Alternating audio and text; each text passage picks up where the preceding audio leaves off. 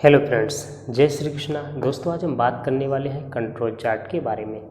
तो दोस्तों, control chart में आज हम क्या क्या जानेंगे। कंट्रोल चार्ट क्या होता है, कंट्रोल चार्ट का डेफिनेशन क्या है, कंट्रोल चार्ट में हम कौन से डाटा को एनालिसिस करते हैं और इसके क्या बेनिफिट्स हैं, यानी कि हम इनको कैसे यूटिलाइज कर सकते हैं, इनकी इम्पोर्टेंस क्या है। तो वो सारी चीज़ें हम आज जानेंगे कंट्रोल चार्ट के बारे में।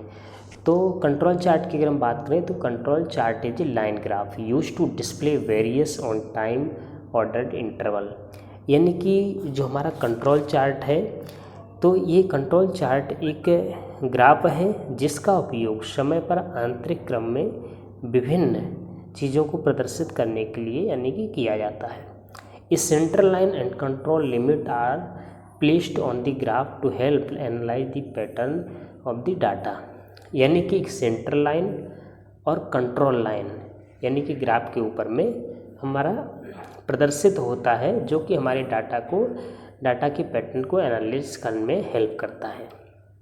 इसके बाद में यहाँ पर कंट्रोल चार्ट का डायग्राम है, इसके बारे में डिटेल से बाद में डिस्कस करेंगे। सबसे पहले हम इसके कुछ बेनिफिट्स जान लेते हैं, इसके पर्पज़ क्या है।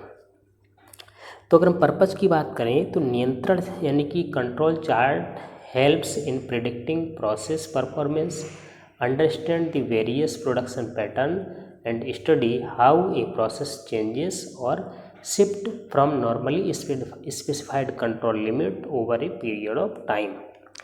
यानी कि नियंत्रण चार्ट जो कंट्रोल चार्ट है, प्रदर्शन के लिए प्रक्रिया की भविष्यवाणी करने में विभिन्न उत्पाद पैटर्नों को समझने में मदद करता है कि समय की अवधि में सामान्य जो चीज़ें यानी कि प्रदर्शित की हैं वो नियंत्रण सीमा से प्रक्रिया में कैसे बदलती हैं या कैसे स्थानांतरित होती हैं।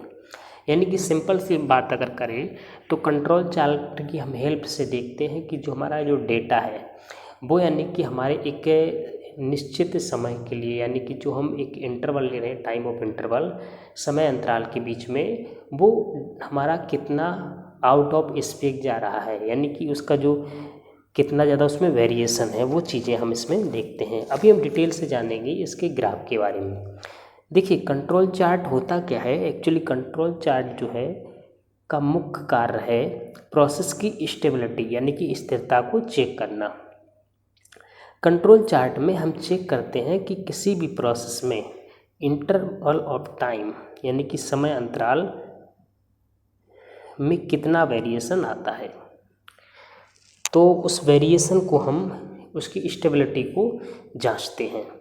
इसके बाद में कंट्रोल चार्ट दिखाते हैं कि किसी प्रोसेस में वेरिएशन किस प्रकार से आ रहे हैं और जो वेरिएशन आ रहे हैं उनके पीछे किस प्रकार के कारण हो सकते हैं।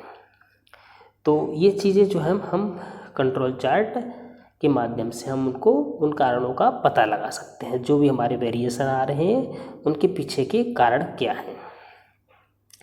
इसके बाद में जैसे कि हमारा जो यहाँ पे आप देख रहे हैं कंट्रोल चार्ट दिया है, उसमें एक प्रोसेस एवरेज है जो कि यहाँ पे सेंटर में है लाइन। एक ऊपर दिया है अपर कंट्रोल लाइन यानी जिसको हम शॉर्ट में बोलते हैं यूसीएल, और नीचे है अंडर कंट्रोल लिमिट यानी कि LCL।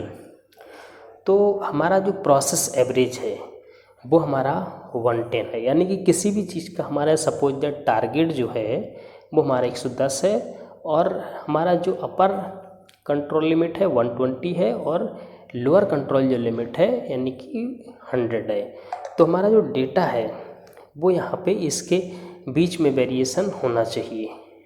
ठीक है, अभी इसके बारे में चार्ट के बारे में कुछ चीज़ें हैं, कुछ पॉइंट हैं, यानी कि जैसे UCL क्या होता है, अपर कंट्रोल लिमिट क्या होता है और LCL क्या है। तो UCL और LCL किसी भी कंट्रोल चार्ट में अपर कंट्रोल लिमिट और जो लोअर कंट्रोल लिमिट है, तो उसमें क्या है, आपका जो अपर कंट्रोल लिमिट रहेगा उसमें वेरिएशन जो है +3 सिग्मा तक होती है। इससे ऊपर किसी भी प्रोसेस का वेरिएशन जाना नहीं चाहिए। ठीक है, और जो लोअर कंट्रोल लिमिट होगी वो -3 सिग्मा तक होगी। इससे नीचे किसी प्रोसेस का वेरिएशन नहीं जाना चाहिए। एक्स बार जो है किसी प्रोसेस को एवरेज को दिखाता है, यानी कि जो एक 110 है जो वो एक्स बार हमारे प्रोसेस के एवरेज को दिखा रहा है। अभी हमें जैसे कि जो हमारा वैल्यूज हैं, जो हमारा डाटा है, उसको हमें कब एक्शन लेना है, तो अगर जो हमारा जो डेटा है वो +1 सिग्मा से लेकर के -1 सिग्मा तक आता है, तो इसके बीच में हमें कोई भी एक्शन लेने की ज़रूरत नहीं है। अगर वही हमारा डेटा जो है यानी कि +2 सिग्मा से लेकर के -2 सिग्मा के बीच में डेटा वेरी कर रहा है, तो हमारा ये वार्निंग जोन रहेगा। और एक्शन जोन क्या है कि अगर हमारा जो डेटा है वो +3 सिग्मा से लेकर के -3 सिग्मा के बीच में रहता है, तो वो हमारा ये चला जाएगा एक्शन जोन में। ठीक है, अगर किसी प्रोसेस का डाटा वेरिएशन जो है वो यूसीएल और एलसीएल के ऊपर चले जाते हैं तो तुरंत एक्शन लेने की ज़रूरत है। जैसे कि यहाँ पे आप देख रहे हैं रेड कलर से इसको एरो मार्क किया गया है राउंडेड शेप में, जो हमारा जो वैल्यू है आउट ऑफ कंट्रोल पॉइंट हो गया है। ठीक है, तो यहाँ पे क्या है कि हमारा जैसे कि जो 100 है, ठीक है, तो वो हमारा लोअर कंट्रोल लाइन है, लिमिट है, उसके नीचे अगर डेटा गया है तो उस कंडीशन में हमें उस पर तुरंत एक्शन लेना होगा। अगर अभी आपको समझ में नहीं आया होगा शायद कि ये जो हम +3 सिग्मा और -3 सिग्मा की बात करें तो इसको सिंपल सी भाषा में समझें। तो जैसे कि किसी भी चीज़ का हमारा जो टारगेट है वो हमारा 100 है, अब +3 सिग्मा की बात करें तो यानी कि 100 का 3% होगा जा कर के हमारा 103 यानी कि 103, और अगर -3% हम उसका निकालें तो 97। तो हमारा जो डेटा है वो 97 से लेकर के 103 के बीच में होना चाहिए और उसका टारगेट है 100, तो उसके बीच में डेटा हमारा वेरी करना चाहिए। अगर उससे बाहर जा रहा है तो हम उसको तुरंत उस पर एक्शन लेंगे।